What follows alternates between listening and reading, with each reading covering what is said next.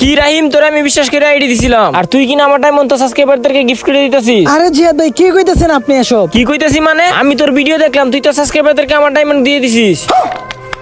আরে ভাই তুমি কোন ভিডিওতে দেখছো? হ্যাঁ তুই কি মনে করস তোর ভিডিও আমি দেখি না? তোর ইউটিউবে দেখছি। আচ্ছা ভাই তাহলে দেখো, তোমাকে আমি একটা ইমোট গিফট করতেছি।